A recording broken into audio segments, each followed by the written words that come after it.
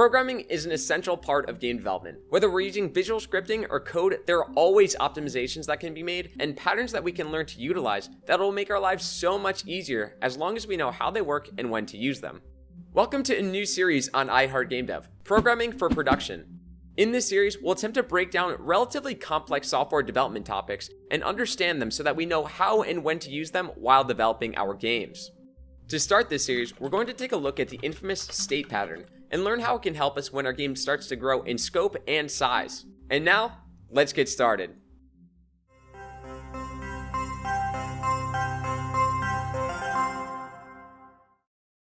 As our games and the components within them get more complex, the state pattern offers us an important solution that can help manage this rising complexity problem. But to fully understand the benefits of the state pattern, let's start by breaking down what state actually is.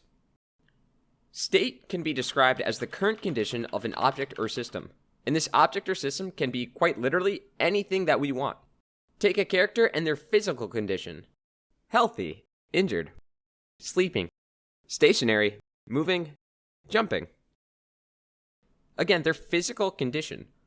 Or we can observe their mental condition: happy, sad, angry, their mental condition. We can think of the current weather: sunny, raining, snowing, or time of day: morning, afternoon, night.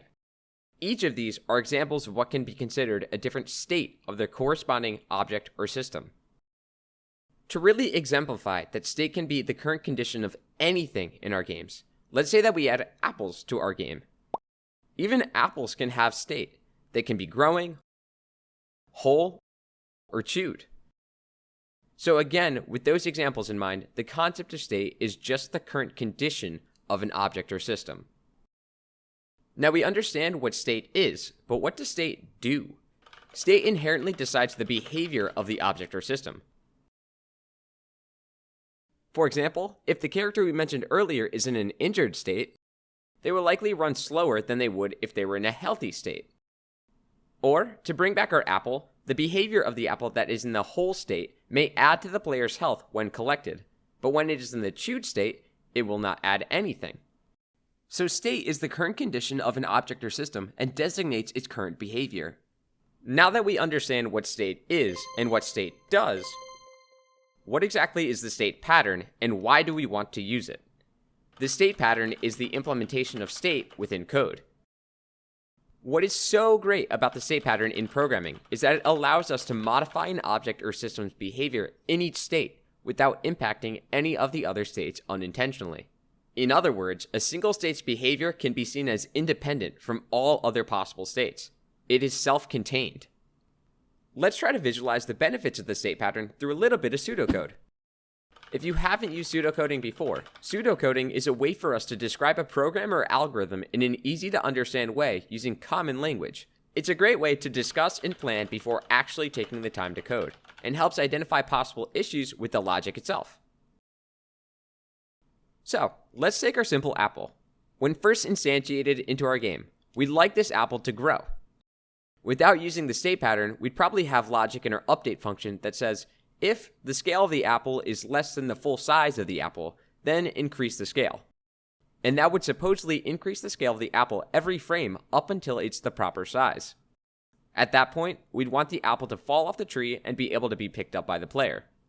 We would likely check to see if the apple was still attached to the tree, again in the update function with logic like, if apple is still attached to tree, and scale of the apple is greater than or equal to the full size of the apple, and gravity is not applied, then apply gravity. And we can assume that gravity would drop this apple to the ground. Now, if we want the player to be able to pick up the apple, we'd likely check in the OnCollisionEnter function to see if the player ever touches the apple. However, we'd only really want this to do anything if the apple hasn't already been chewed. So we'll add a check: if apple is not chewed, then add health to the player, and apple is chewed. And to wrap it all up, we can destroy the apple after it's been chewed after a certain amount of time. So we can add another condition in our update function that says, if apple is chewed, then subtract time from destroy countdown, and if time from destroy countdown is less than or equal to 0, then destroy the apple. Okay, so if we were to properly implement all of this pseudocode in a single file, well, it would work. It would get the job done. But sometimes good enough isn't what we want. And that's especially true as we increase our game's scope and complexity. For example, let's say we wanted to add a challenge to this game. We want apples to rot over a certain period of time once they hit the ground, so that if a player picks up a rotten apple, it will detract health instead of add health. To write this functionality into our pseudocode, we would start a rotten countdown when it collides with the ground. Again, in our update function, we'll check if the rotten countdown has begun, and if it's greater than 0. Oh, and if the apple hasn't been chewed already, because we don't want the apple to become rotten if it's been chewed. Here, we'll set isRotten to true if it's still false and the countdown is less than or equal to 0. And in the collision detection, if it's rotten, it should subtract player health. If we look at the pseudocode, we'll notice a few things. 1. All of these conditional statements are being checked every single frame. Even after the apple is fully grown, it's still checking to see if it should increase the apple's size. Why? 2. Some of these conditionals are dependent on the others. We'll notice that we only want the apple to be rotten if the apple isn't chewed. Dependencies like this can quickly become easy to miss and confusing as we add more functionality to an object or system. And we can quickly think of a more complex example than an apple, like a character. Characters can walk, run, jump, climb, crawl, swim, etc. Why would we need to check if a character is trying to jump if they're swimming? The answer is that we probably wouldn't, but the code to check if the player is jumping would need to include an additional check to be sure that the character isn't swimming if we were to write it like our pseudocode. Layers of unnecessary complexity. So how do we use the state pattern to fix this? Imagine our apple, now with 4 different states: growing, whole, rotten, and chewed. Each state independent and only focused on its own logic, self-contained. When the state of the apple changes, only logic relevant to that state will be used at that point in time. No more checking of irrelevant conditionals like before. We can implement this state pattern with a finite state machine. Finite means that there are a limited number of states, but it's really only limited to the number of states we want for the system or object. So again, in our apple's case, our finite state machine would have 4 states. And how does the state machine work? Well, essentially, the machine can be in one state at a time. As we know, each state changes the behavior of the object or system, and in a state machine, the states also include transitions to the other states. For example, the whole state will contain a transition to the chewed state and the rotten state. But the chewed apple state isn't supposed to contain a transition to the rotten state, as we remember from the pseudocode. So we just wouldn't contain a transition to that state in the chewed state's code. Easy and manageable. To create a state machine, we define the states we want in the machine, define the conditions that will switch or transition between states, and designate what state is the starting or initial state. Okay, we understand state and we understand state machines on conceptual levels. Let's learn to implement state machines with C# in Unity. Take a look at this chart. We have context, abstract state, and concrete states. The context is what creates and manages the instances of concrete states used when the game is running. The context passes relevant data about our object or system to the currently active state. This is typically handled in a monobehavior script, meaning that the context script includes lifecycle methods like start, update, and all of the other functions built into the monobehavior class. The abstract state is essentially a blueprint, or to use a programming term, prototype, of what all concrete states should derive from. Being abstract means that we cannot create an instance of this class. Rather, it's more of a base to build off of for the concrete states. The abstract states define methods that all concrete states are intended to have. And we use it as the type definition for the current state handled in the context. And the concrete states are the individual states themselves that define and handle the behavior for that particular state. They'll have their own functions and methods, but are required to have the abstract state's properties and methods as well. As mentioned, the context will instantiate each concrete state, so concrete states can have instances.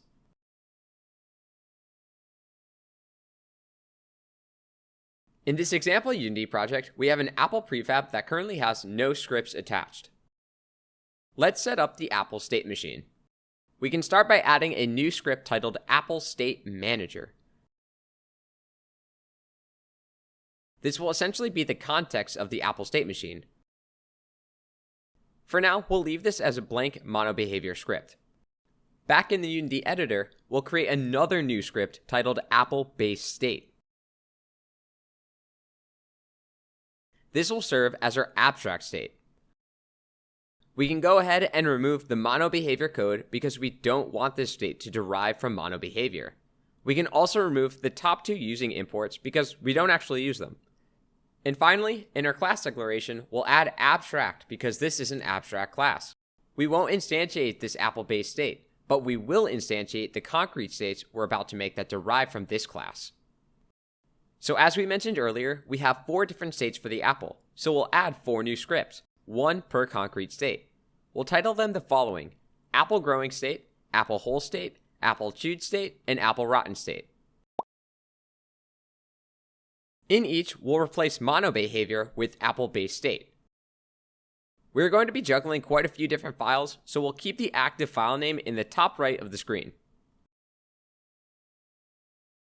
So how do we use all of these new files? Opening our context or Apple State Manager file, we'll create a new variable titled current state, and it will be of type Apple base state. This will hold a reference to whichever of our 4 states the apple is currently in. Remember, a state machine can only be in one state at a time. And right below current state, we can go ahead and instantiate a new instance of each of our 4 concrete states. Each will use their own type. At this point, our states do nothing. Let's fix this. In our Apple base state script, the abstract state, we can add 3 new methods: enter state, update state, and OnCollisionEnter. All 3 will actually not have a strict definition in this file. Instead, we will add the abstract moniker before the void return type, and these will each take in a parameter apple of type Apple State Manager, better known as our context. Remember, the context passes data to our states. And if you haven't used it before, adding abstract to the method means we are required to define their functionality in each of our concrete states.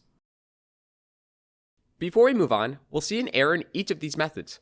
This error explains that abstract functions cannot be private, so we'll also add public before abstract. Back in the Unity editor, we'll even see more compile errors stating that our 4 concrete states need to implement the inherited methods from the abstract state. So in each of our 4 concrete states, we'll need to go through and add definitions of enter state, update state, and OnCollisionEnter. In each definition, we'll also need to add public because we cannot change the access type, and override because we're going to define the functionality differently in each file to reflect that concrete state. Cool, there's only a little more to making this state machine's gears turn. Now that all of our concrete states have defined these functions, we can properly use them back in our context file, the Apple State Manager. In our start function, we'll set the state machine's initial current state to our apple's growing state. This type validation works because the growing state is a concrete state, which are all descendants of the abstract state and inherit the Apple base state type. Now we can start using the concrete state's functions. So right below this, we'll write currentState.enterState and pass in this. This is a reference to the apple's context. And if we remember, all of our abstract state's functions expect the context to be passed in as an argument. So what we just did is say that when our apple is first instantiated, it's going to immediately call the enter state method of the current state, the growing state. We can log hello from the growing state to showcase this. Adding the Apple State Manager script to our Apple prefab and then pressing play, we'll see the log. What about our other 2 methods from the abstract state, update state and OnCollisionEnter? One of the nice things about monobehaviors is that update function runs every frame. Now that we have a current state established in the context, we can also pass the benefits of this lifecycle method to our current state and have it run every frame by typing currentState.updateState, once again passing in the context as an argument, or this. And with that done, in our growing state file, we can implement the Apple scaling functionality that we mentioned earlier when pseudocoding, and it will still be called every frame. Testing this in play mode, and we can see the apple growing. But what happens when the apple is done growing and is whole? It's supposed to fall from the tree. Well, the last piece of our state machine that we're missing is the ability to transition from one state to another. To do this, we'll write a new method inside of our Apple State Manager file called switchState. SwitchState will expect an argument of type apple-based-state, which again means that we can pass in any of our concrete states because they derive from the apple-based-state class. Inside of this function, we'll set the current state equal to the passed-in state. And then we'll have the new current state run its enterState method, passing in this as the argument once again, providing context. We'll also add public before this function and before each of our state instances so we can access them outside of the script. So in the updateState function of our growing state file, we have the condition checking if we should increase the apple scale. Once this condition isn't true, we'll want to transition to the next state. All we need to do is use our context switchState method to change to the context whole state that we added an instance of earlier. And remember, we have access to the context because context is passed as an argument to the updateState function. Opening our Apple whole state file, we'll remember we only have blank definitions of our abstract state methods. If we now log hello from the whole state in the enterState function, we'll see in play mode that once the apple reaches its full scale, hello from the whole state is logged to the console. This is because our switchState method calls enterState after we switch from the growing state to the whole state. Awesome! We now have this flow where we can purely define what each state is intended to do. We can set up the OnCollisionEnter functionality the same as we did with the enterState and the updateState by passing in this for context. If we want the collision to be passed in too, we can just add that as a second parameter and modify the definition in our base state and the concrete states. And now, we can finish adding the expected behavior for the whole state, which includes adding gravity, implementing the rotten countdown, the add player health logic, and transitions to the rotten and chewed states. In the rotten state file, we just need to change the OnCollisionEnter to detract health, and in the chewed state file, we can handle the time to destroy the apple logic. And that's it. Just like that, we have a fully functioning state machine. It has an initial state, multiple states with their own behavior, and the ability to transition between them. Now, only logic relevant to the current state is ever being run in the state machine. This makes a ton of sense for complex objects and systems, as it makes it much easier to understand how each state works. This also means that it's much easier to debug problems, as each state's logic will be self-contained. For instance, our chewed animation isn't playing, so we just need to check in our chewed state to see why. And adding new states just got a lot easier. All we need to do is add another class that derives from the base state, and create a transition from whatever starting state to this new state. And again, that logic will be self-contained, minimizing dependencies. State machines are awesome.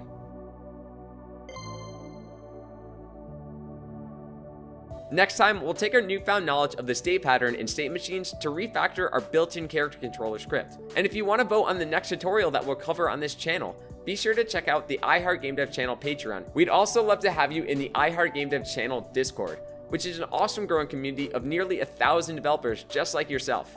The link will be in the description. But that's all for today. Thank you so much for watching, and I'll see you in the next video.